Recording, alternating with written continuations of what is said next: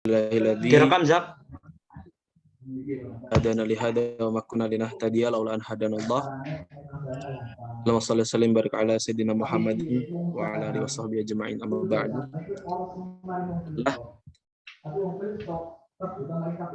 Malam hari ini kita masih bisa melaksanakan Rashid Forum yang alhamdulillah sudah berjalan 1 tahun ini, dan alhamdulillah telah hadir di antara kita semua, yaitu Mas Azam Al-Faruq. Di sini memakai username Iwan Sukojo. Alhamdulillah, tema forum malam hari ini yaitu membahas Menteri Agama pertama kita, yang dimana uniknya bukan dari kalangan Nahdliyin, bagaimana kemarin sempat panas itu ya, bukan sempat panas, sempat mewarnai dunia permedsosan di Indonesia, yaitu dari sebuah pernyataan menteri yang kita hormati, yaitu yang terhormat Bapak Yakut Khalil, di mana pernyataan tersebut jelas mengarah pada hal-hal yang eksklusif. Padahal negara kita jelas negara yang inklusif seperti itu. Alhamdulillah telah hadir di tengah-tengah kita pemateri, yaitu Mas Azam, yang merupakan penulis daripada buku biografi Haji Muhammad HM Rashidi, yaitu judulnya The Guardian of Fight, yang alhamdulillah bukunya sudah habis ya, belum dicetak lagi. Semoga dicetak lagi agar bisa dibaca oleh masyarakat umum. Mungkin langsung saja pada Mas Azam, waktu dan tempat kami persilakan. Ya, bismillahirrahmanirrahim. Suara saya jelas kan? Ya Mas, jelas. Ya, alhamdulillah. Bismillahirrahmanirrahim. Assalamualaikum warahmatullahi wabarakatuh. Alhamdulillahirrahmanirrahim. Wa bihi nasta'inu ala umuri dunya waddin. Wassalatu wassalamu ala asrofil anbiya'i wal mursalin sayyidina wa maulana Muhammadin wa ala alihi washabbihi ajmain, amma ba'du. Sebentar ya. Ini sering mati-mati gitu ya kamera saya.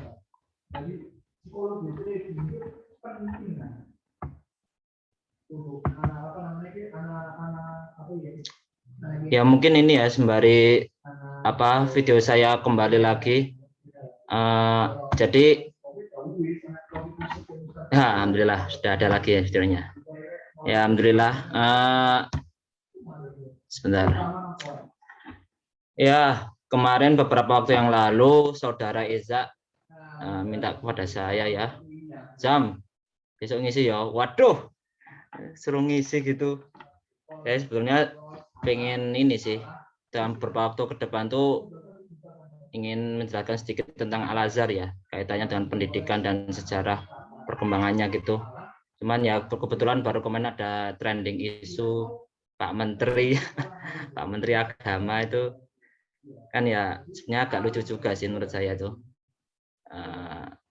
Kelihatan banget tuh loh sentimen keorganisasiannya, Sofianya itu bilangnya kado untuk ya organisasi tertentu seperti itulah. Cuman menarik kalau kita kaji sebetulnya Kementerian Agama ini tidak ini ya. Pertama, kalau sependek pengetahuan saya, Kementerian Agama ini dia membersamai negara dalam berdirinya itu dalam masa-masa yang kritis seperti itu.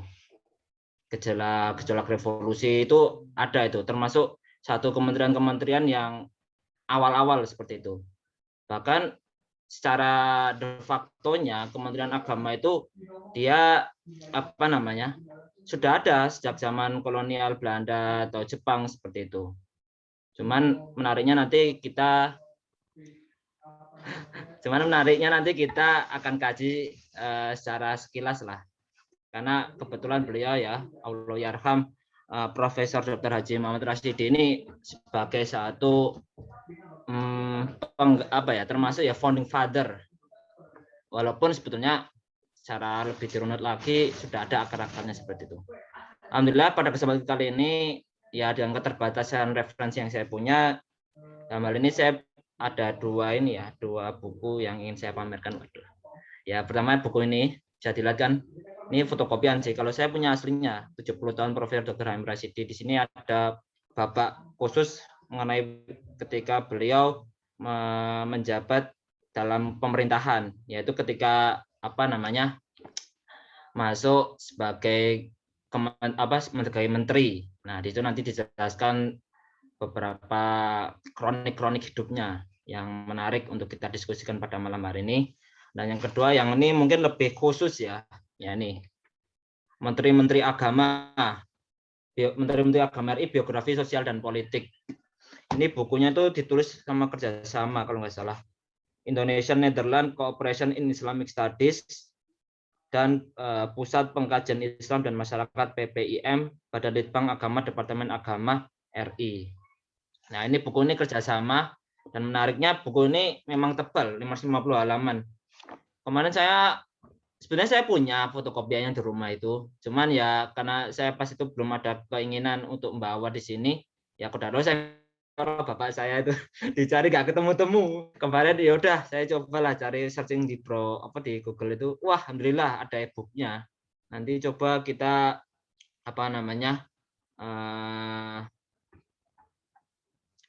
nanti saya coba share screen lah e-booknya itu. Gampang mati. Mohon maaf ya.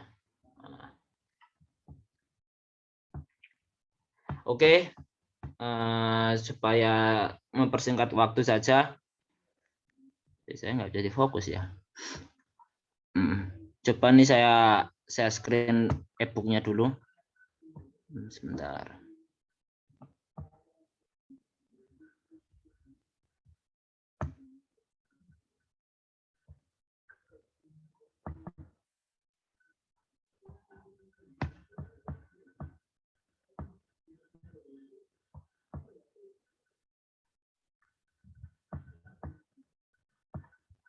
Kita santai aja ya, saya soalnya nggak terlalu punya materi yang lengkap dan sistematis ini. Soalnya Anda adakan juga sih Mas Eza itu mintanya itu. Udah kelihatan belum? Belum. Oh, sebentar. Ya, dikeluarin dulu aja coba. Ya, dikeluarin. Saya bentar ya.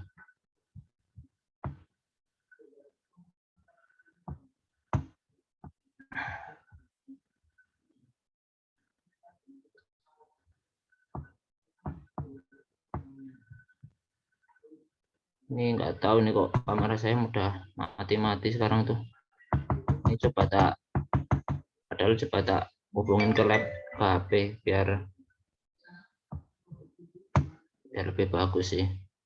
Soalnya kan kalau yang laptop itu kualitasnya kan cuma 3 GB.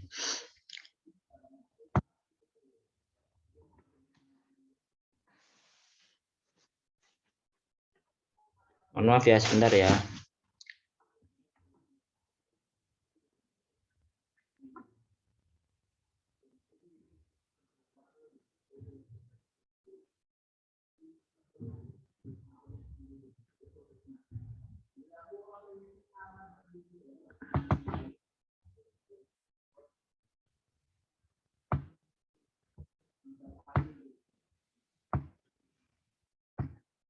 Ya udah kelihatan kan?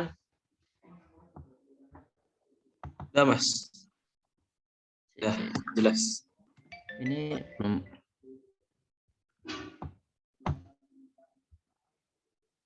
Nah, alhamdulillah.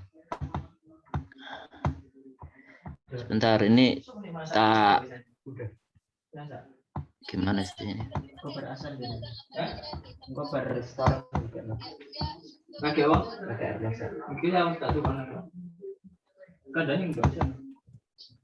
Ya, udah kelihatan kan? Ini biografinya buku Menteri Agama RI. Ini yang mendigitalisasi dari Google ini. Oh, saya mencuri dari Google. Ya, alhamdulillah.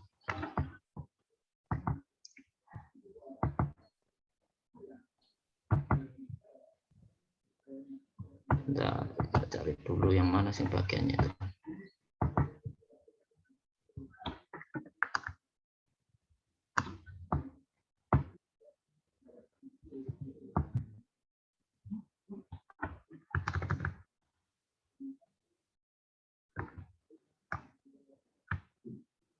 Ini menarik ya bukunya ini tuh karena dia itu ditulis oleh banyak sarjanawan dan cendekiawan Indonesia ini. Nah, kebetulan yang untuk biografi HM Rashidi ini yang nulis Prof. Apa namanya? Saya takut salah ngomong. Asyurmati Azra ya. Ya, kita kan tahu beliau termasuk pembesar ya di UIN Jakarta. Tepatnya Mas Kang Eza nih.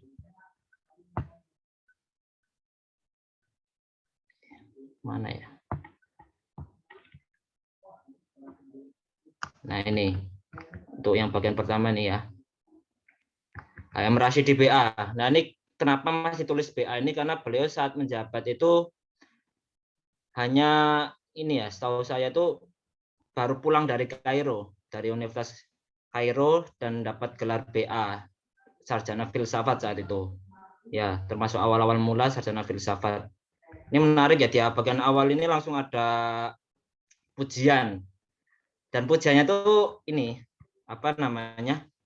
Sebagai kita tahu kan Pak Rashid ini kan sering berpolemik dengan beberapa cendekiawan ya, terutamanya yang mereka yang banyak menjajakan pemikiran-pemikiran sekular dan liberal. Ini satunya ya, Allah Yarham Pak Nur Khalis Majid ini. Beliau memuji Pak Rashidi. Ada 3 hal yang selalu diingat oleh bila nama Pak Rashidi itu disebut, yaitu peranan beliau salah seorang pejuang bagi adanya pengakuan kedaulatan Indonesia merdeka dari negara-negara Islam. Beliau adalah Menteri Agama pertama negara kita dan pengembaraan intelektual beliau ke negara-negara Barat. Nah, belakangan yang menjadi kekaguman Pak Nurkolis terhadap Pak Rashid itu ya itu, yang bagian terakhir itu ya apa Pak Rashid itu menginspirasi cendekiawan-cendekiawan sesudahnya dalam mengembara intelektual ke negara-negara lain, terutama di negara Barat. Seperti itu. Di sini pun beliau juga nuliskan di bukunya yang 70 tahun Profesor Rashidi. Ya, bisa dilihat kan? Duh, mati lagi ya. Terlihat, Mas. Ya, HP saya mati-mati terus ya. Lagi aja lah gitu.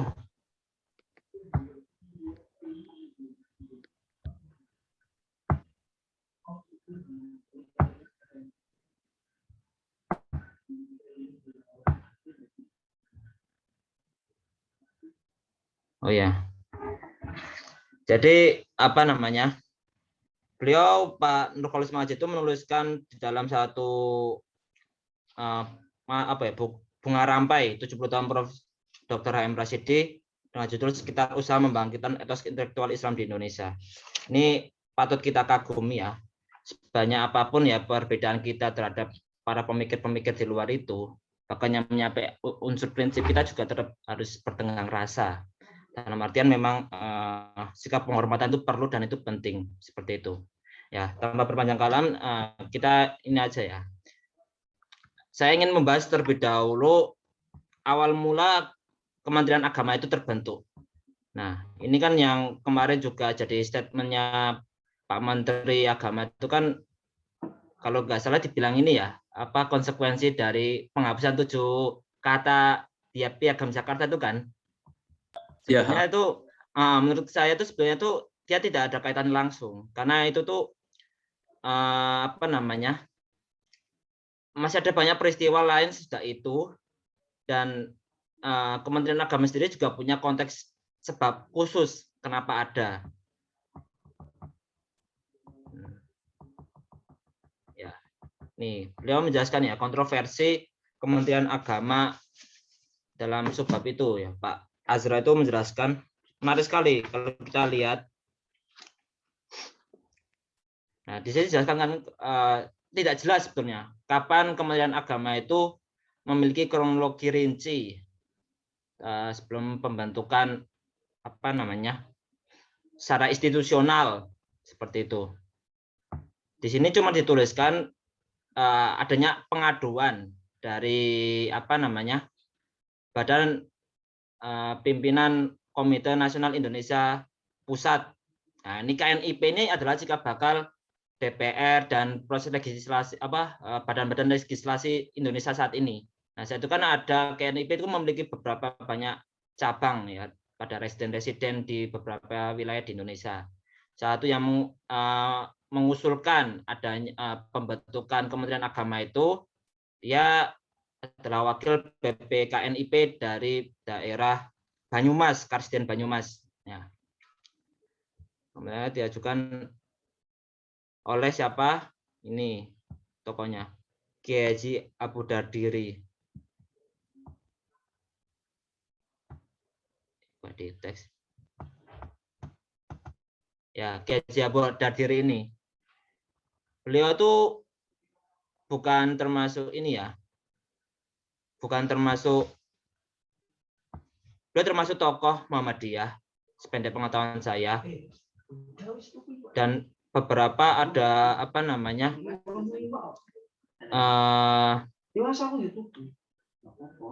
informasi yang lebih lanjut yang mungkin saya kurang menggali, tapi setahu saya beliau termasuk tokoh Muhammadiyah khususnya yang daerah regional Banyumas gitu.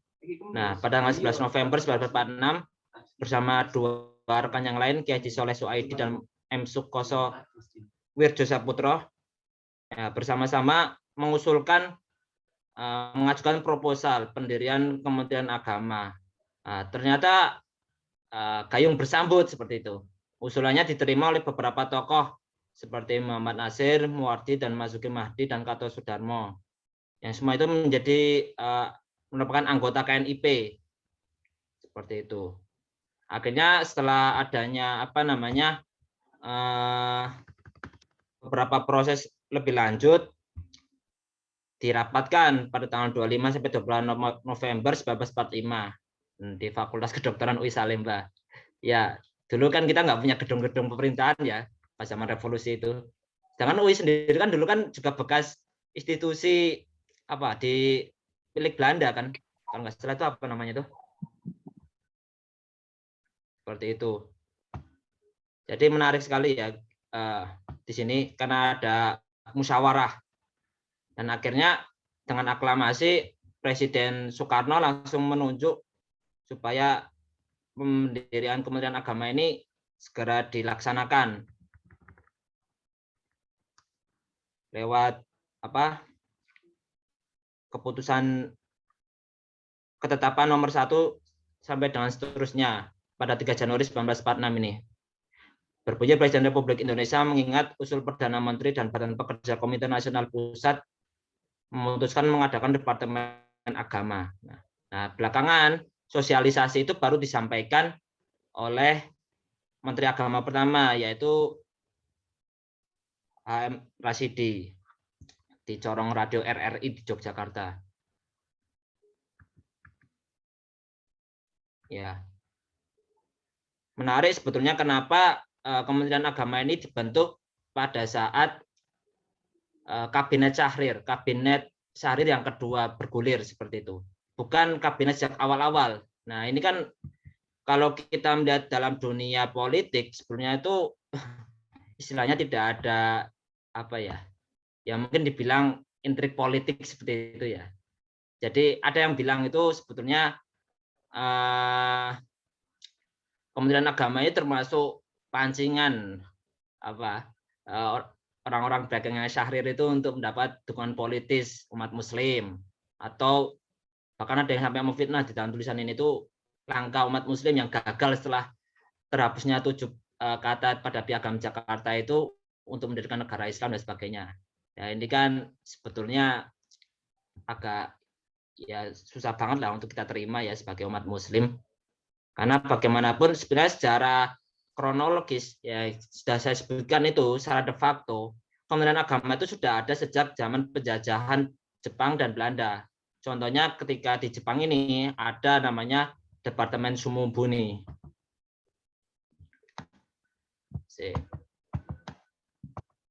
nggak bisa saya itu ya. Sumubu kantor urusan agama. Nah ini.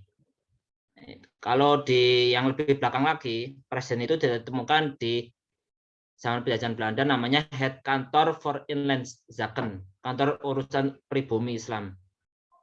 Nah, kalau nggak salah di sini kan tempatnya apa? Christian Strogogronya untuk mengusulkan beberapa kebijakan-kebijakan soal pribumi dan Islam itu. Sebenarnya kalau agak miskin lebar ya, Ugronya itu sebenarnya nggak suka, bukannya nggak suka Islam itu ada. Cuman dia nggak suka hanya Islam itu dia berjaya dan berkuasa gitu aja di tanah jajahan Indonesia saat itu dia Belanda. Karena Islam itu sejak adanya syarikat Islam, lalu muncul ke organisasi-organisasi pergerakan nasional, itu menjadi spirit perjuangan kemerdekaan rakyat Indonesia. Nah, itu yang sebetulnya menjadi pengamatan Christian Snogugronya untuk mengusulkan satunya kebijakan itu kan memperlonggar haji, kalau nggak salah, memperlonggar haji dan menjauhkan umat muslim dari urusan politik seperti itu. Jadi dituna politikan umat muslim supaya ya samina wa atona sama penguasa penjajah saat itu. Ya Rob. Ya seperti itu ya. Itu beberapa kontroversi di sini juga dijelaskan ya.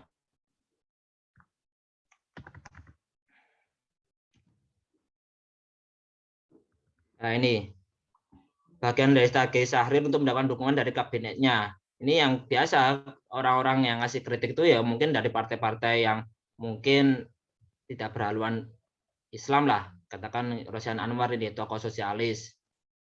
Nah, menyatakan pandangan ini berdasarkan pada pengakuan Syahrir bahwa kaum muslim menyatakan mayoritas penduduk Indonesia secara alamiah wajar memerlukan kementerian khusus untuk mengelola masalah-masalah keagamaan mereka seperti itu.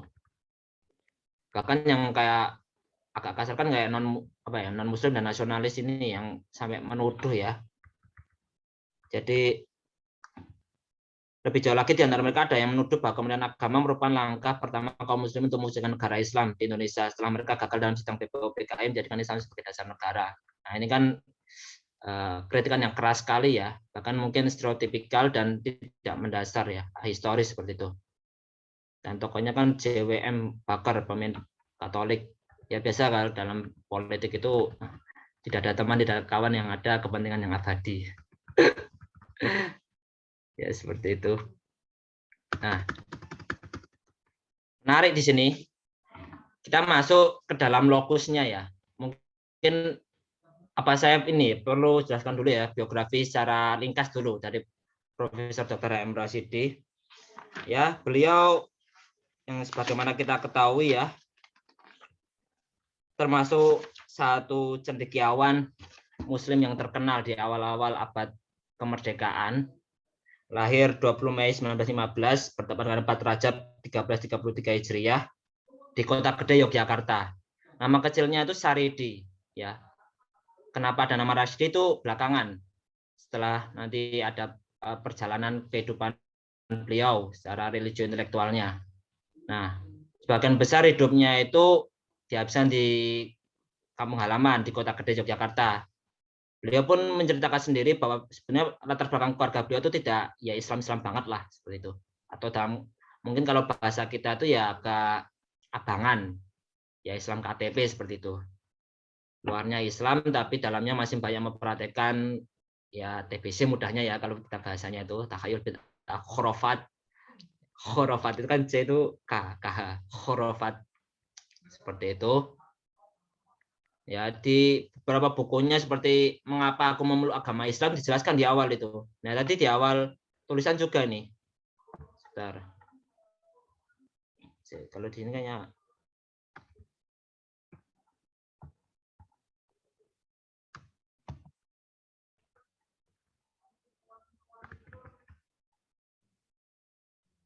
nah ini.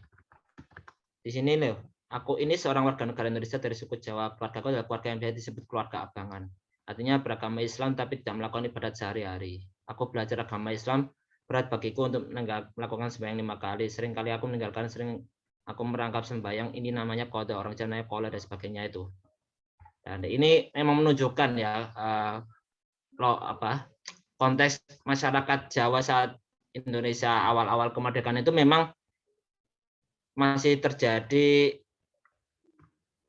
proses Islamisasi yang belum selesai. Ketika para wali songo datang untuk mendakwahkan itu sumbangsinya belum selesai sampai di situ, karena masih banyak meninggalkan PR-PR yang mungkin sampai saat ini kita juga masih memegang amanah itu untuk menyampaikan kepada masyarakat tentang pesan risalah Islam yang sebenarnya. Ya seperti itu. Nah, lanjut lagi, beliau lanjut ke pendidikan beliau paling dasar itu adalah sekolah rakyat atau sekolah Ongkoloro saat itu. Ya bahasanya masih pakai bahasa pengantar bahasa Jawa, dan kalau di bukunya yang 70 tahun Profesor dan Dr. H.M. Rasidi, beliau itu tertarik dengan beberapa siswa-siswa yang dia itu sembahyang dekat rumahnya, di langgar apa di musola seperti itu. Nah, awal ketertarikan itu kan sebenarnya beliau tertarik itu saat karena Muhammadiyah udah besar ya. Siswa-siswa Muhammadiyah itu sudah besar dan sudah banyak mendirikan beberapa sekolah. Nah, itulah membuat Saridi kecil tertarik untuk melanjutkan sekolahnya di Muhammadiyah. Karena selain saat itu Muhammadiyah dengan visi berkemajuannya, dia tidak hanya memusatkan pelajaran itu pada agama saja, tapi juga pelajaran umum. Nah, ini yang cukup menarik saat itu, karena sebagai ciri organisasi modernis ya, yang tentunya saat itu yang paling marak tersebarkan proses pendidikan tradisional seperti pesantren yang hanya mempelajari agama secara rigid dan juga berdasarkan teks-teks gitu. Nah, Muhammadiyah berani untuk mengembangkan dengan menggabungkan dengan pelajaran umum seperti itu. Jadi kan memang waktu itu anak-anak Muhammadiyah sering melakukan sembahyang bersama-sama di langgar yang tidak terlalu jauh dari rumah Saridi, sehingga Saridi merasa tertarik dan lalu pindah ke sekolah yang didirikan perkumpulan Muhammadiyah seperti itu. Nah, ini awal ketertarikan beliau pada organisasi besar ini ya. Beliau selanjutnya beliau juga mempunyai sumbangsi yang agung juga terhadap Muhammadiyah seperti itu. Ya, saat itu lalu beliau memutuskan untuk lanjut ke sekolah dasar Muhammadiyah dan selesai di sekolah dasar Muhammadiyah lanjut kepada Quake School Muhammadiyah. Nah, ini Quake School ini satu bentuk pendidikan kolonial ya. Cuman Muhammadiyah mengadopsi sistem metodenya sehingga dikenal namanya istilah Quake School Muhammadiyah. Quake School itu apa sih? Quake School itu sekolah guru.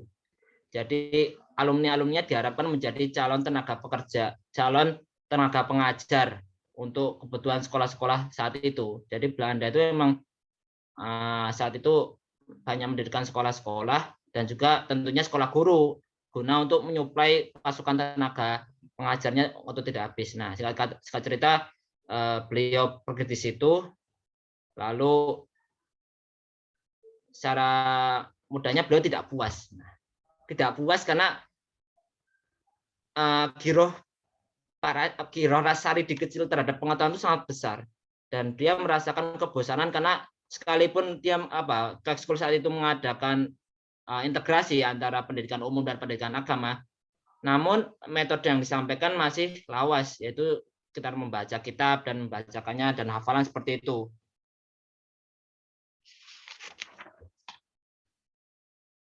Ya, akhir kalam beliau akhirnya jatuh sakit ya, satu itu tipes, dan melihat surat kabar saat itu dibuka sekolah Al-Irsyad di daerah Lawang, Jawa Timur. Saat itu yang mendirikan langsung dari pengasasnya ya, ulama Syekh Ahmad Soekardi dari Sudan itu. Singkat kata, Saridi tertarik dan mengirim surat dan beliau pun diperbolehkan untuk ikut. Sampai sana terus berjalannya waktu, bahkan di saat beliau di sekolah Arsyad tersebut, beliau berhasil menghatamkan Matan Sulam dan kalau tidak salah Alfiyah Ibnu Malik. Wah, ini kan Masya Allah ya. Kalau di sini alfiah itu udah diajari Mas Eza di Mahat sebelum kuliah. Itu Di sulam Indonesia, apa Mas Azam? Sulam Taufik Sulamun apa? Aurok. Oh, mantik. Sulamun Aurok. Ya, mantiknya Aristo itu, mantik logika klasiknya Aristo itu. Jadi ya ulama Syekh Al-Akhdari itu kan membuat bait-bait sulam itu yang apa tentang logika klasiknya Aristo itu dihafal, dibuat sebagai nadom lalu dihafalkan seperti itu. Nah, itu satu bentuk kitab yang mudah untuk tadris, untuk pembelajaran. Nah, itu dihafalkan dan terus beliau selesai. Maka nggak wajar nggak heran kalau misalnya Syekh Ahmad Sukatib begitu menaruh perhatian ya kepada Saridi Kecil ini, saking dekatnya dan sering dipanggil kan Saridi, ternyata sampai suatu saat sering salah gitu, panggilnya Rasyidi. Nah, saat itu beliau mendapatkan nama baru Muhammad Rasyidi. Ya, singkat cerita beliau pun akhirnya lanjut kepada untuk melalang buana ke Mesir ya, ke Mesir bersama temannya Thohir Ibrahim. Ini berencana untuk naik, saat itu belum ada pesawat, naiknya kapal itu. Beliau berangkat dari pelabuhan Belawan ya kalau nggak salah ya, di Medan, transit di Singapura sebentar, lalu sampai di Port Said, pelabuhan internasional Kairo saat itu. Ya, dari sana naik kereta menuju Kairo untuk segera masuk di Kismu'am. Nah, Kismu'am ini sebetulnya bagian awal ya sebelum seseorang itu ikut tadris di mana? Di Universitas Al-Azhar. Tapi belum selesai beliau menyelesaikan mendapatkan gelar alimiah. Kalau nggak salah itu 24 subjek mata pelajaran itu, kalau dia selesai dia mendapatkan gelar alimiah. Beliau sudah dibujuk terlebih dahulu sama temannya Kar Muzakir. Pak Kar Muzakir ini teman satu letting lah, sama-sama dari kota gede dan besarnya mesti punya kontribusi besar juga kepada Muhammadiyah untuk masuk ke Darul Ulum, dan di sana Darul Ulum atau mungkin sekarang kita lebih mengenalnya Universitas Kairo seperti itu. Saya masih agak bingung ya, sebenarnya saat itu Darul Ulum itu berbentuk institusi seperti apa ya, karena di beberapa buku beliau itu udah ada yang menyebutkan seperti Universitas Kairo, belajar di kuliah atau sekolah tinggi bahasa Arab kalau nggak salah di sini diceritakan itu.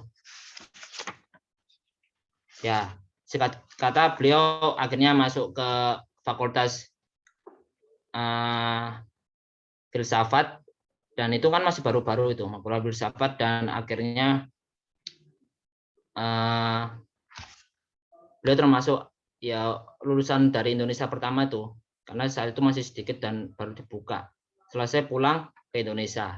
Nah, di saat pulang ke Indonesia inilah beliau itu ya masih banyak bergulat ya, menambah ke dunia politik seperti ikut ke PII kalau nggak salah, tapi bukan PII yang Pelajar Islam Indonesia, kalau nggak salah itu Partai Islam Indonesia.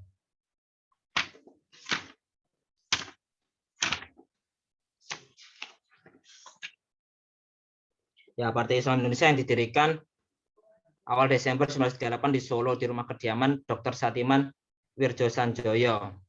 Ya.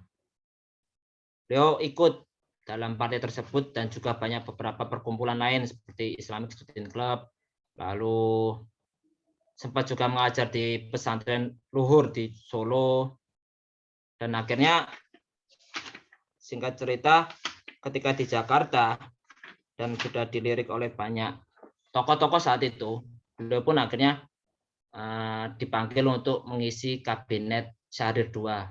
Nah, seperti itu. Kalau dalam buku yang 70 tahun Profesor Dr. Hamid Rashid ini jelaskan awalnya mengapa beliau kok bisa masuk di jajaran kementerian saat itu. Padahal saat itu dalam ceritanya beliau itu nggak tahu apa-apa sama sekali. Beliau cuma saat itu membaca koran di pagi hari, ya, baca koran, dan itu kan ada daftar nama-nama kabinet Syahrir. Loh kok tidak ada namanya dia tuh? Kan kaget itu. Nggak belum pernah dihubungi apapun, tiba-tiba udah ada namanya gitu.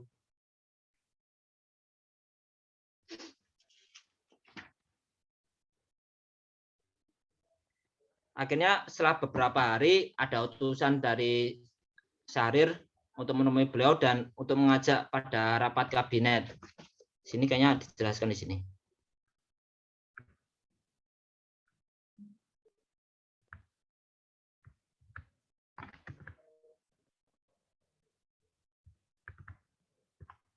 Oh, bukan. Ini setelah nanti ini. Ya, saya ceritakan yang di buku 70 tahun Profesor Dr. Amristi aja.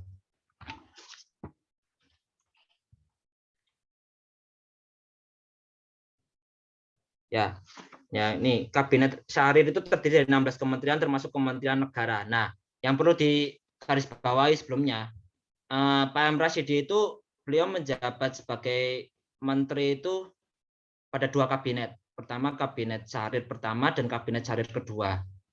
Hanya saja pada Kabinet Syahrir yang pertama, beliau belum menjabat sebagai Menteri Agama, melainkan Menteri Negara dan diminta untuk mengurusi peribadatan. Seperti itu.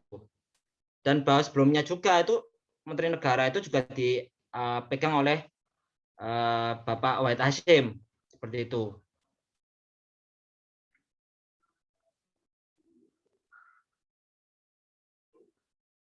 Nah, di sini ceritakan bahwa secara kebetulan saja hari itu dia menyuruh pembantunya seorang anak laki-laki membeli koran Merdeka yang terbit di Jakarta. Koran Asia Rakyat dibikin Jepang sudah tidak terbit lagi dan percetakannya berhasil direbut oleh pegawai-pegawainya bangsa Indonesia pimpinan. Nah, di koran Merdeka itu tercantum daftar nama-nama Menteri Kabinet Syahrir untuk menggantikan Kabinet Presidensil yang dianggap demisioner sejak 14 November. Nah, di situ beliau mendapatkan namanya seperti itu. Padahal sebelumnya belum diberitahu apa-apa.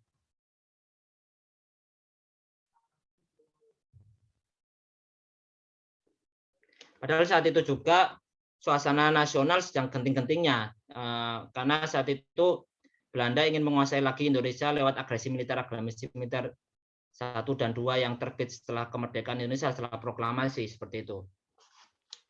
Dan setelah utusannya datang ya, Pak Rashid itu diantar untuk mengikuti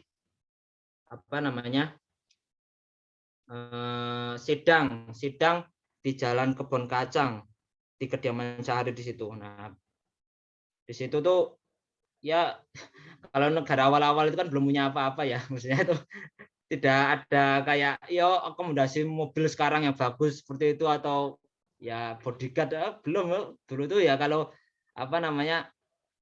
rapat itu ya di rumah emperan gitu mungkin sama Pak Menteri gitu. Ya di sana di dalam rapat tersebut, Pak Syahrir itu hanya memberitahu Rashidi supaya dia diharapkan untuk mengurusi soal peribadatan di Republik Indonesia nanti. Nah, itu aja katanya. Ya awal-awal itu kan perintahnya secara global dan belum menyeluruh ya. Itu yang juga nanti diungkapkan Rashidi sebagai belum ada organisasi yang rapi seperti itu. Nah, nanti yang Pak Rashidi ungkapkan di beberapa halaman berikutnya itu. Nah, kepada para menteri diberitakan bahwa seterusnya mereka akan diberi tempat kerja di Jalan Cilacap itu. Jalan Cilacap nomor 4 Jakarta. Kadang saking sederhananya ya dulu kalau para pahlawan ya, saya katakan pahlawan dan juga menteri-menteri negara-negara awal itu bahkan diceritakan Bapak Rashid itu kalau mondar-mandir itu pakai sepeda ontel itu. Ini nggak ada kemewahan sama sekali itu, romantika perjuangan saat itu tuh. Bahkan mungkin untuk naik mobil pun ya sesekali aja. Bahkan di sini ceritakan juga ketika dia pulang ya dari rumah ikut mobil sama Mr. Amir Syarifuddin ya, tokoh ya nanti kita tahu sejak kudeta yang di Madiun itu ya, komunis.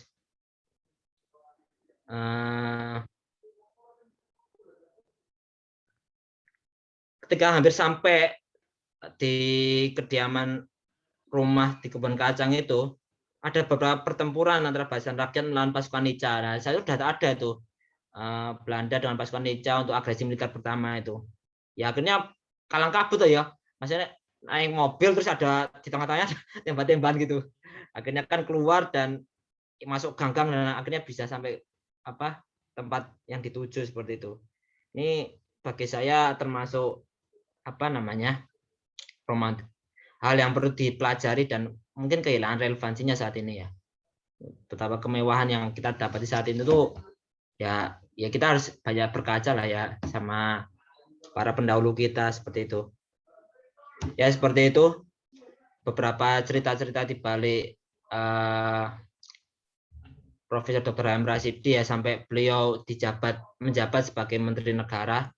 Lalu setelah kabinet Syahrir ini selesai ya, karena saat itu kan gejolak politiknya itu kan kuat banget ya, kuat banget. Jadi beberapa kabinet naik lalu dia turun, naik dan turun tuh banyak di masa-masa Orde Lama saat Presiden Soekarno memimpin. Nah, baru di Kabinet Syahrir II. Sebentar, di sini mungkin dijelaskan di sini.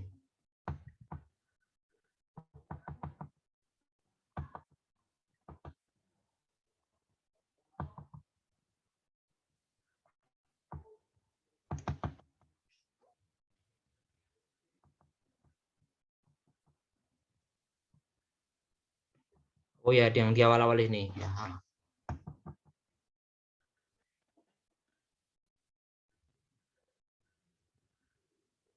Nah, yang dijelaskan di sini.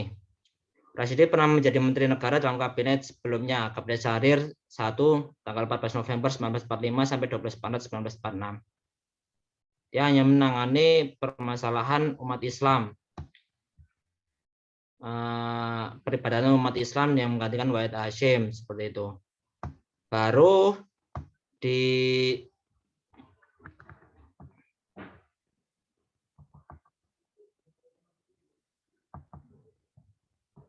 baru pada masa Kabinet Syahrir II yang bertugas sejak 12 Maret sampai dengan 2 Oktober 1946, beliau diangkat lagi namun dengan jabatan yang berbeda yaitu Menteri Agama RI seperti itu. Mungkin alasan kenapa dia diangkat satu mungkin orang-orang di kementerian kementerian saat di kabinet Syahrir yang pertama, Paras ini sudah dikenal baik, akhirnya beliau diamankan lagi untuk menjabat sebagai Menteri Agama seperti itu. Ya, saya masuk langsung aja ya ke mungkin dinamika beliau saat menjabat sebagai Menteri Agama, karena fokus pembahasan kita kan ada di Menteri Agama ini ya. Nah, sebenarnya saya singgung beberapa cerita yang ada di awal itu kan, ini kalau beliau Pak Azra ini memberi bahasan tuh Kementerian Revolusi. Jadi emang suasana saat itu emang suasana revolusioner, masih belum stabil dan masih banyak beberapa pertempuran lah seperti itu. Ya antara Belanda yang ingin menguasai kembali dan Indonesia yang ingin mempertahankan negaranya seperti itu. Ya.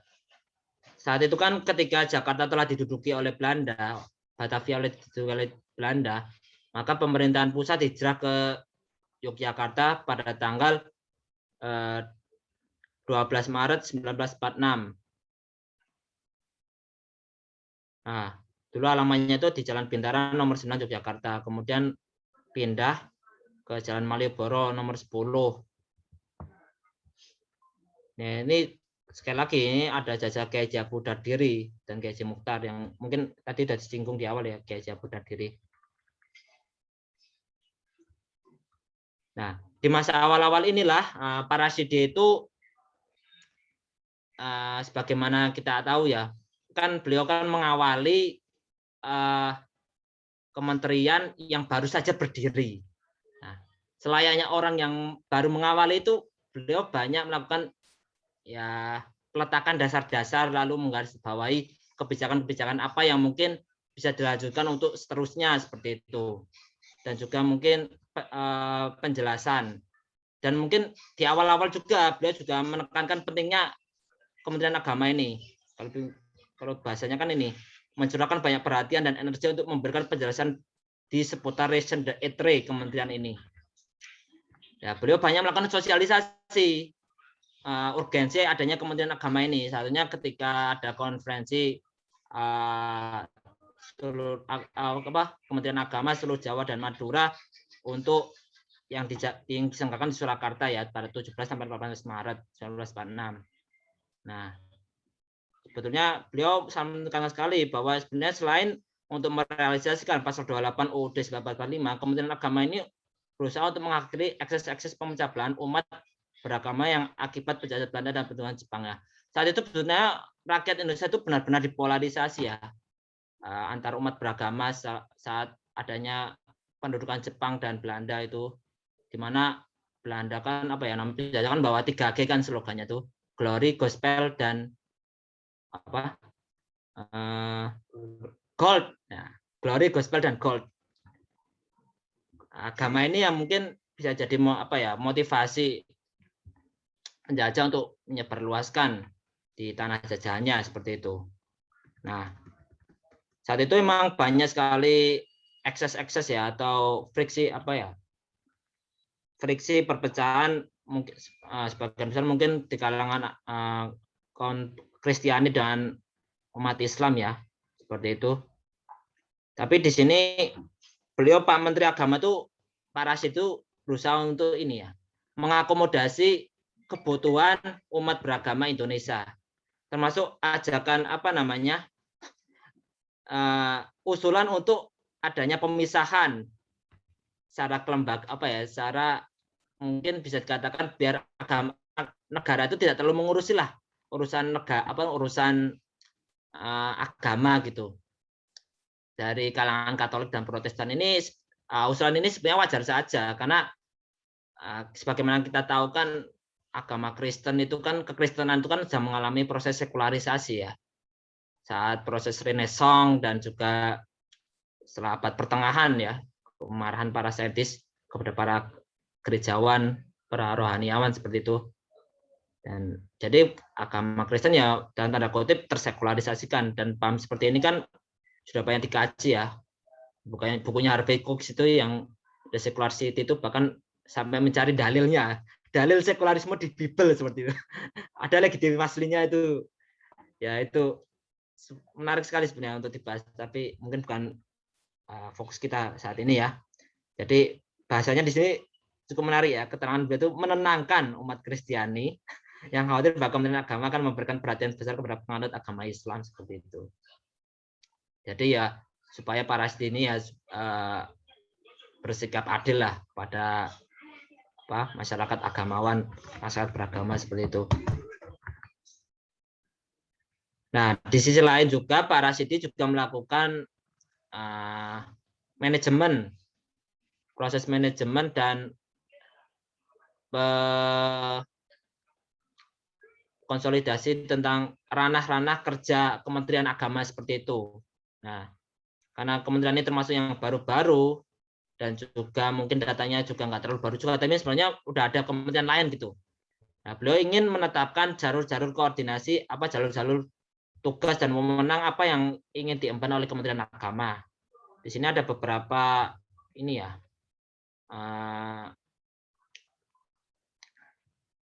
tugas Pak Rasidi program kerja Pak Rasidi sebagai menjabat sebagai Menteri Agama ini lewat ketetapan pemerintah nomor 5 sampai dengan tanggal 25 Maret 2014 mengambil alih tugas keagamaan beberapa kementerian. Yang ini pertama Kementerian Dalam Negeri, tugas dan urusan yang berkenaan dengan masalah perkawinan, peradilan agama, kemasjidan, dan urusan haji. Nah ini diambil di zaman Pak Rasidi diambil alih untuk Kementerian Agama. Lalu yang kedua Kementerian Kehakiman, itu dia mengambil alih tugas dan wewenang Mahkamah Islam Tinggi (MIT). Kalau sekarang saya belum tahu ya apa ya sekarang itu ya. Nah yang ketiga ini Kementerian P dan K. Ini P dan K itu sebenarnya cikal bakal Kementerian Pendidikan dan Kebudayaan seperti itu. yaitu Kementerian Agama berusaha untuk mengambil ranah pengajaran agama di sekolah-sekolah. Namun dari program kerja yang telah dicanangkan Pak Resdi ini, ya qadarullah belum semantiasa semuanya itu bisa terrealisasi. Mengingat saat itu kan suasana itu sedang genting dan revolusi seperti itu, tidak menentu karena banyak beberapa situasi yang tidak memungkinkan untuk terjalannya proses kenegaraan, proses pemerintahan seperti itu. Dan di sisi lain setelah dia mengambil alih tugas kewenangan itu, Kementerian Agama juga mengeluarkan maklumat nomor 2 tanggal 23 April 1946 menetapkan bahwa Purnama Sumuka yang dalam Jepang termasuk dalam kekuasaan Presiden yang bertugas Sumubu Jepang. Beliau Kementerian Agama ini juga mengambil alih beberapa tenaga kerja ex pekerja Sumubu, Sumubu yang kantor urusan agama saat pendudukan Jepang seperti itu. Beberapa nama di sini disebutkan ya, seperti R. Subagio, lalu R. Sunarjo, Raden Subagio, Raden A.C. Jailani, Abu Bakar. Ini mungkin Abu Bakar Ali kalau nggak salah ini ya.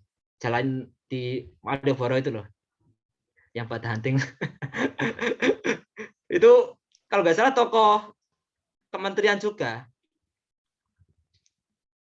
Ya, itu diambil alih untuk mengisi pos-pos yang ada di Kementerian Agama seperti itu.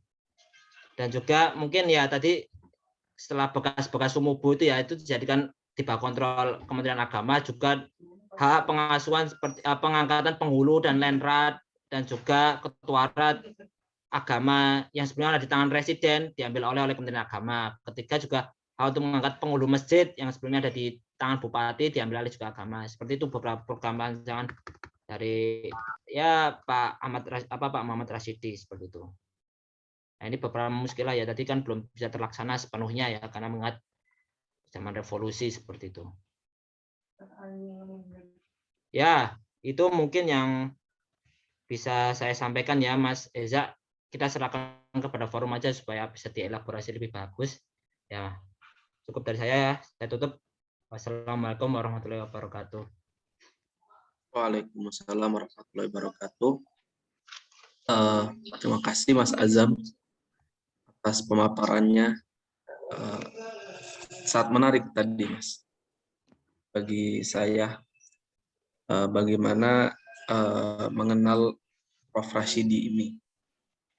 Nah, mungkin sebagaimana kita ketahui tadi, Prof. Rasidi itu merupakan Menteri Agama pertama. Itu sudah di datanya ada ya, Mas. Nah, Ya, ada itu. Cuma ini yang jadi permasalahan tuh apa benar Menteri Agama pertama itu adalah Kiai Haji Wahid Hasyim. Itu yang masih dipertanyakan ini. Ya kalau tadi saya sampaikan kan Pak Wahid Hasyim itu sebenarnya bukan Menteri Agama secara institusional dalam istilahnya itu sudah tertulis di SK gitu loh. Menteri Agama Pak Wahid Hasyim itu.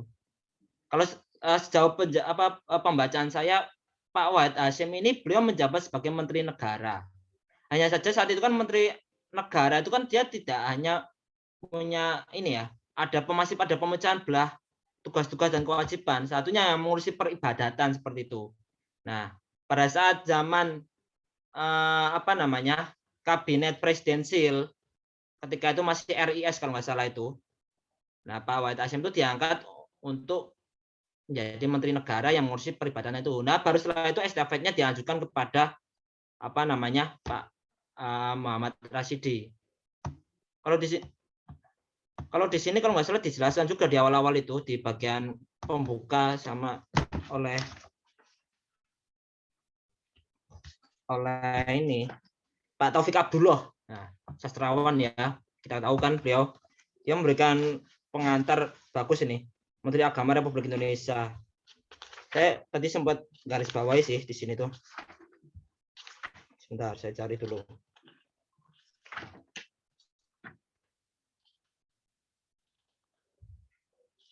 Ya, menarik juga sebenarnya kalau kita lihat background para Rasyid itu kan, kalau kita tahu kan setelah zamannya awal-awal itu ya kan kebanyakan menteri agama itu kan diisi oleh kalangan santri kan ya, santri tradisional, para apa namanya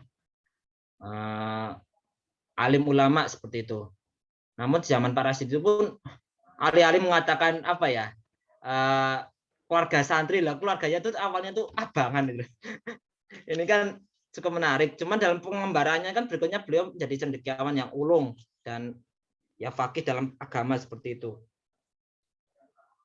Dari kesemuanya hanyalah Rasyidi dan Pak Fakih Usman yang tidak berasal dari kalangan yang mula-mula anggota istimewa dari Masyumi, kemudian di tahun 1992 menjadi Nahdlatul Ulama. Ya, beliau tuh bahkan kalau saya ngelihat di ini ya, di mana tadi ya saya ngelihat itu ya. Oh, yang juga di bukunya ini, biografi ini juga itu beliau itu emang sangat terpengaruh kekuatan apa ya, pemikiran revivalis neo salafismenya, kalau bahasanya Abaza itu, Mona Abaza itu satu cendekiawan ya, cendekiawan Mesir itu yang beliau banyak menulis tentang ini ya, saya katakan mahasiswa Indonesia di Mesir itu. Ada beberapa bukunya itu mengenai ya kehidupan sosiologi para mahasiswa Indonesia di Mesir itu. Nah, itu kan juga tahun 70-80 kan banyak sekali pengaruh salafisme yang dari dari Arab Saudi yang dikirim ke Mesir itu. Nah, beliau saat itu Pak Rasyidi itu kan walaupun sebelum itu namun alam pergolakannya sudah ada di zamannya pembaruan Islam seperti Jamaluddin Afghani dan ya mungkin Muhammad Abduh yang lebih kentara ya, Muhammad Abduh seperti itu.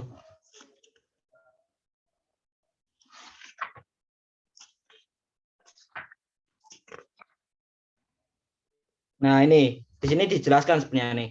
Ini menjawab pertanyaan tadi Mas Eza itu ya. Di halaman XXXIV, Wahid Hashim adalah founding father Departemen Agama yang sesungguhnya. Tanpa disibukkan oleh masalah perjuangan bangsa mempertahankan kemerdekaan seperti yang dialami menteri-menteri sebelumnya. Wahid Hashim punya kewenangan relatif untuk meletakkan dasar yang kokoh berfungsi untuk berperan sebagai departemen ini. Ya, beliau memang bisa dikatakan meletakkan saat itu. Cuman kalau nggak salah gini ya, kenapa Pak Rasyidi ini dianggap sebagai Menteri Agama pertama itu karena pasca kan kalau saya sebutkan tadi kan ya, Pak Wahid Hashim ini kan dia menjadi menteri negara di kabinet presidensial, di mana saat itu bentuk pemerintahan kita kan serikat ya, Serikat Republik Indonesia Serikat, dan pengkategorian Pak Rasyidi sebagai menteri negara pelabelan Pak Rasyidi sebagai menteri negara pertama itu didasarkan saat bentuk Indonesia itu kembali kepada republik seperti itu. Kalau nggak salah di sini jelaskan itu, saya baca sekilas saja. Jadi mengapa kok Pak Rasyid itu dianggap sebagai menteri negara pertama? Karena penghitungan pertama itu ketika yaitu Pak mosi integralnya Nasir untuk mengembalikan Indonesia menjadi negara kesatuan, bukan negara serikat di awal. Jadi sebelum itu belum dianggap ya, bukan dianggap sih sebetulnya, bukan dihitung sebagai menteri negara menteri agama pertama seperti itu. Ya, itu yang bisa saya sampaikan, Mas. Oke, Mas Azam, terima kasih. Mungkin, mohon maaf, mungkin bagi teman-teman yang ingin bertanya, kami persilahkan. Tadi kayak ada yang udah angkat tangan tadi itu. Oh, monggo. Cuma udah di lower hand lagi. Mungkin bisa di raise hand lagi, Mas.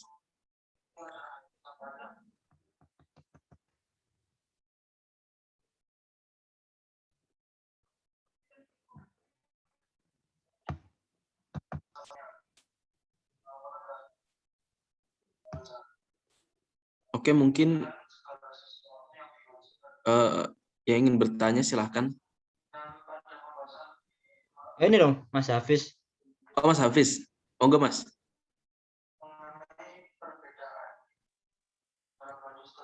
Saya mungkin baru join ya Mas Azam dan Oh iya. moderator yang terhormat. Mungkin bisa yang lain terlebih dahulu. Saya ini mohon maaf sekali. Oke. Oke.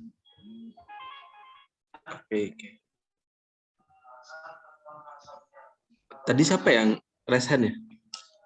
Ya itu Enggak. Mas Hafiz, coba Oh, Mas di Hafiz. yang lain.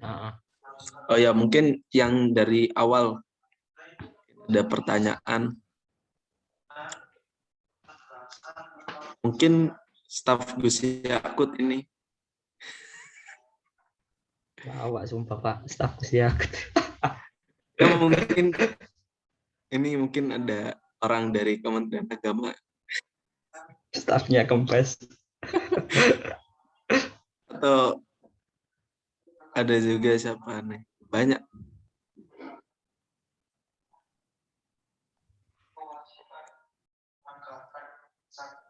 Monggo. Bagi yang ingin bertanya atau mungkin ke Mas Hafiz dulu aja. Jadi soalnya Mas Hafiz juga ingin bertanya.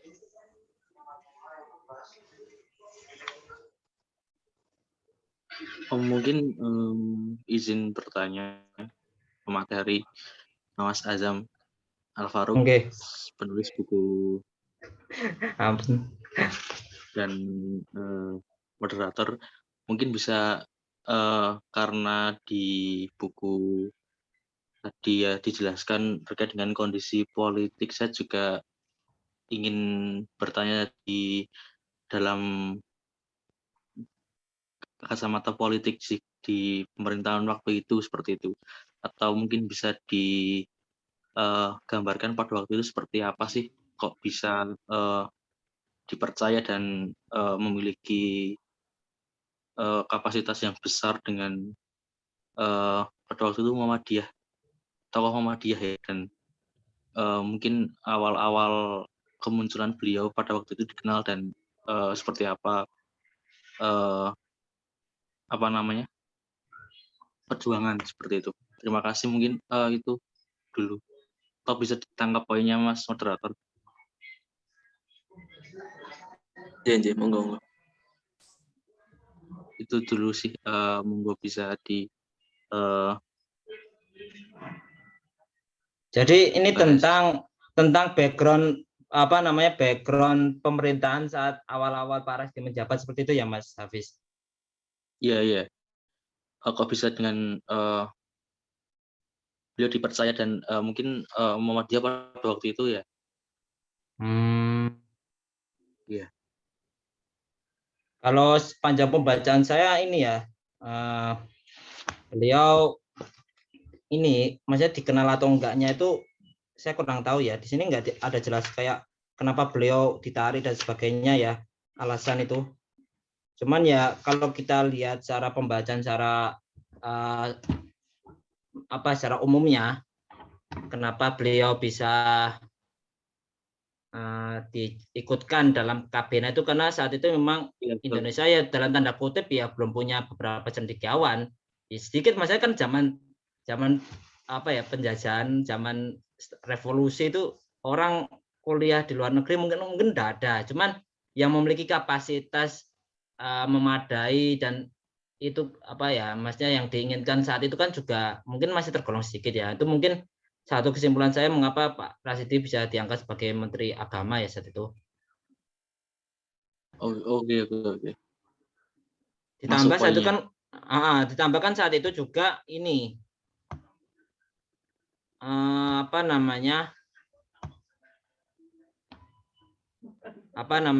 menteri bentuk negara kita kan juga masih dalam mencari bentuk yang ideal katakanlah ya. Berapa banyak kabinet jatuh bangun seperti itu. Suara saya masuk nggak? Agak Kecil Mas.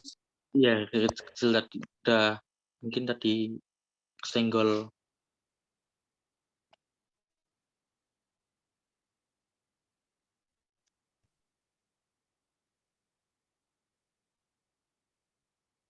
Mungkin belum masuk.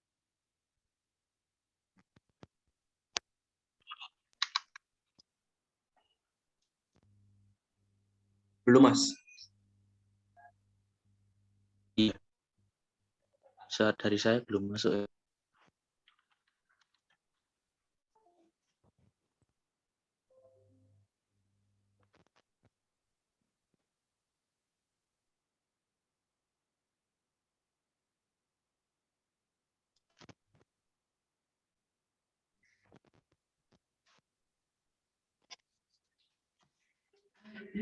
Suara saya udah masuk belum?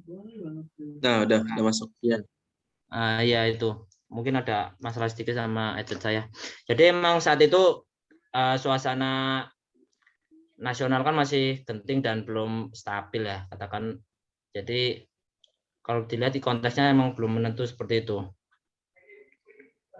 Ya itu Mas yang bisa saya jawab sependek pengetahuan saya ya. oh ya baik Mas Azam. Jadi bisa disimpulkan bahwa memang dulu itu bisa dikatakan segelintir yang keluar negeri dan menuntut ilmu di luar pada masa pemerintahan itu memang orang-orang yang terpilih gitu ya. Iya, maksudnya kan sedikit yang sumber daya yang bisa apa ya dimanfaatkan oleh negara. Dalam artian kalau kita agak kasaran sedikit gitu loh. Ya para sendiri juga dengan jiwa kelonggarannya dia tidak juga hanya berperan sebagai Menteri Agama, tapi juga seorang diplomat dan itu mungkin yang menjadi lebih kental ya dalam kehidupan beliau di samping sebagai Menteri Agama. Di Mesir ini ada jejaknya, lalu di beberapa negara lain seperti di Iran untuk dan juga Afghanistan, lalu di Pakistan seperti itu. Yaitu awal-awal kalau dalam bahasanya di sini kan romantika perjuangan, Oke, siap. romantika mahasiswa. Mungkin itu matur nuwun. Oke. Oke. Jawabannya sudah cukup, Mas Hafid. Ya cukup, sudah Oke, masuk poin. siap. Mantap. Mungkin yang lain bila ada pertanyaan, Mas Azam. Cek boleh bertanya nggak? Monggo. Oke. Silahkan, Ya, Mas Dayan. mohon maaf saya tadi telat masuk dan di tengah-tengah mungkin tidak kurang memperhatikan penjelasan secara rinci ya.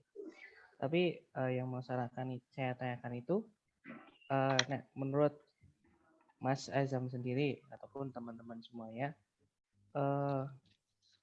berkaca dengan beliau HM Rashidi sebagai Menteri Agama yang pertama di negeri ini dengan segala background yang melatar belakanginya sehingga beliau dipilih untuk menjadi Menteri Agama. Nah, bila kita melihat konteks sekarang, kalau iya ini agak jawabannya subjektif gitu ya, ini dari pribadi masing-masing. Seorang Menteri Agama sekarang yang dibutuhkan di Indonesia tuh yang ideal itu seperti apa?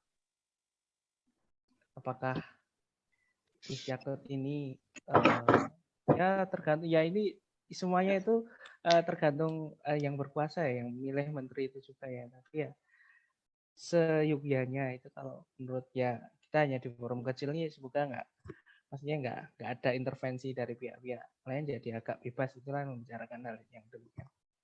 Ya cuma itu aja sih. Mungkin buat refleksi kita bersama. Mungkin besok ketika beberapa tahun ke depan Mas Azam menjadi Menteri Agama kan nggak tahu kan. Mungkin ya mungkin itu sih. Bagaimana? Monggo. Ya, Sulit. ini langsung saya jawab ya. Wah, sebenarnya apa kementerian kriteria Menteri Agama sendiri pun juga nggak ada yang baku.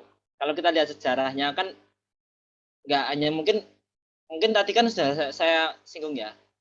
Mungkin hanya apa ada yang diambil dari kalangan santri yang tradisionalis gitu kan, seperti apa namanya, mungkin yang kalangan-kalangan ya saya sebut NU lah, itu kan mungkin banyak yang duduki sebagai jabatan Menteri Agama ya kan, dari kalangan santri tradisionalis gitu, dan juga mungkin modernis beberapa seperti Pak M. Rashidi ini.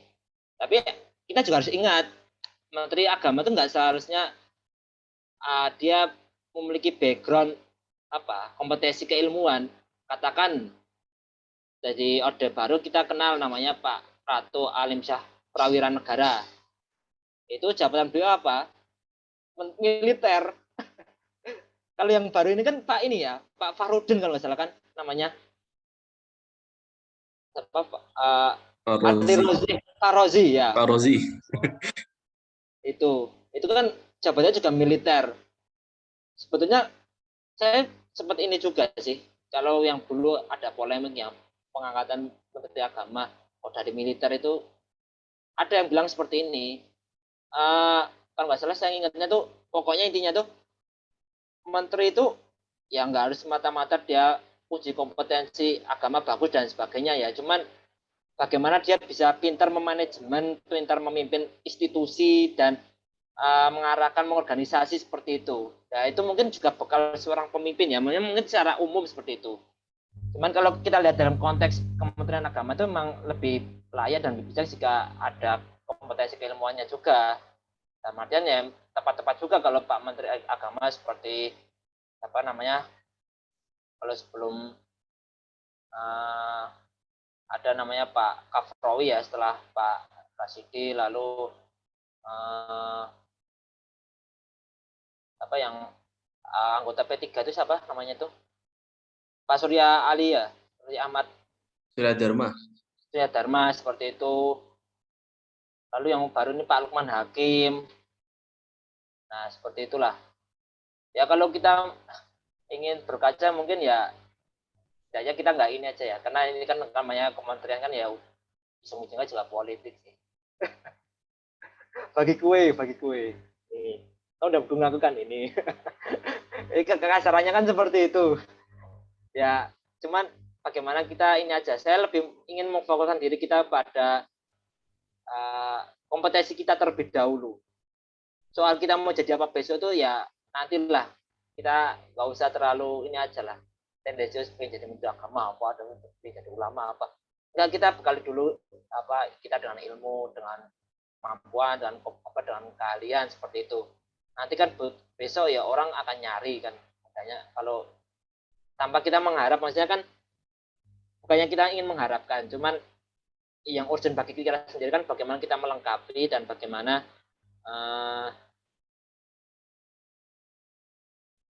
kita terus berkembang dapat proses seperti itu. Ya itu mungkin dari saya aja ya. Super sekali, mantap. Bagaimana Mas Zayat jawabannya? Mantap lah, saya mantap. Ini forum sendiri Pak ini. Ya poin yang terakhir itu malah yang penting cuy. Apapun besok kita mau menjadi apa, mau jadi guru kayak, mau jadi bisnismen, mau jadi lawyer ya nggak tahu. Yang penting sekarang kita untuk mencapai ke situ itu harus benar. Ibaratnya kan kita harus nyari anak tangga dulu kan. Soal kita mau kemana pun, ya kita bisa aja pakai anak tangga itu, keluar aja gitu.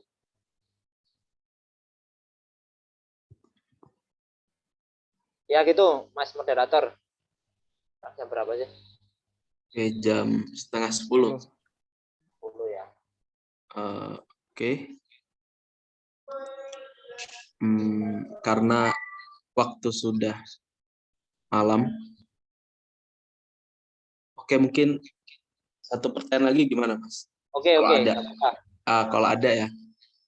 Kalau nggak ada ya sudah kita. Ini saya ngarapin sama beberapa peserta ya, yang lain ya. Mas Nabil, Mas Zaki. Ini saya penasaran sama staf Gus Yakut. Monggo. Ini saya dari itu kayak mengkritik terus loh. Nggak dibales-bales.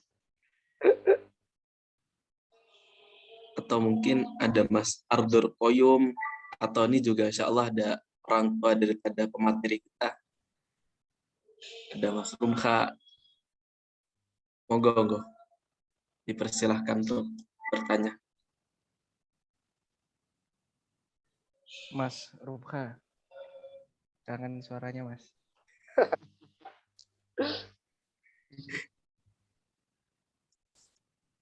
Atau Mas Rifat Rivaldi itu loh. Mas Rivaldi nih. Mas Rivaldi. Masya Allah. Halo. Masya Allah, Mas Rivaldi. Monggo Mas Rivaldi. Enggak, udah cukup. Kelak ngantuk aku. Masya Allah. Government. Ayo.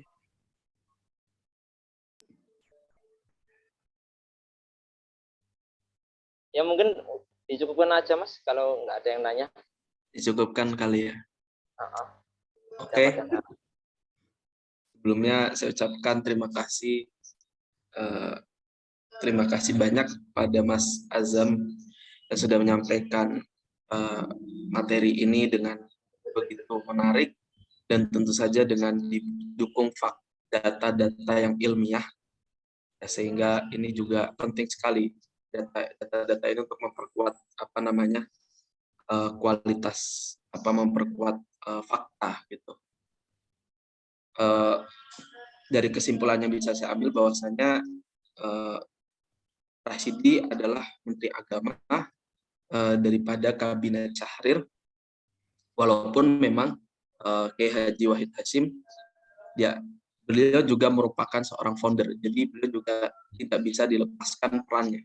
Kita juga harus menghormati juga daripada Kiai Haji Wahid Hasyim sebagai founder daripada Kementerian Agama, tapi tidak bisa dipungkiri bahwa Kementerian Agama ini bersifat inklusif, bukan eksklusif. Walaupun mungkin diklaim oleh beberapa orang Kementerian Agama ini terlalu eksklusif, jatinya tidak. Apalagi Pak Rashidi ini adalah seorang Muslim yang modernis, murid daripada Curkati, dan juga alumni daripada Mu'alimin dari madrasah Mu'alimin Muhammadiyah Yogyakarta. Oke, mungkin itu saja dari saya selaku moderator. Bila ada salah, mohon dimaafkan dalam memandu acara ini. Dan sebelumnya saya mengucapkan terima kasih sebesar-besarnya kepada peserta partisipan yang sudah menghadiri forum di malam hari ini. Semoga selalu bisa mengikuti forum-forum berikutnya, dan semoga kehadiran teman-teman di sini, bapak-bapak, ibu-ibu, teman-teman sekalian, rekan-rekan, bisa menambah menambah berkahnya forum kajian kita di malam hari ini. Oke, mungkin itu saja dari saya. Bila saya mohon undur diri. Wa'alaikum minkum billahi sabilil haq fastabiqul khairat. Assalamualaikum warahmatullahi wabarakatuh.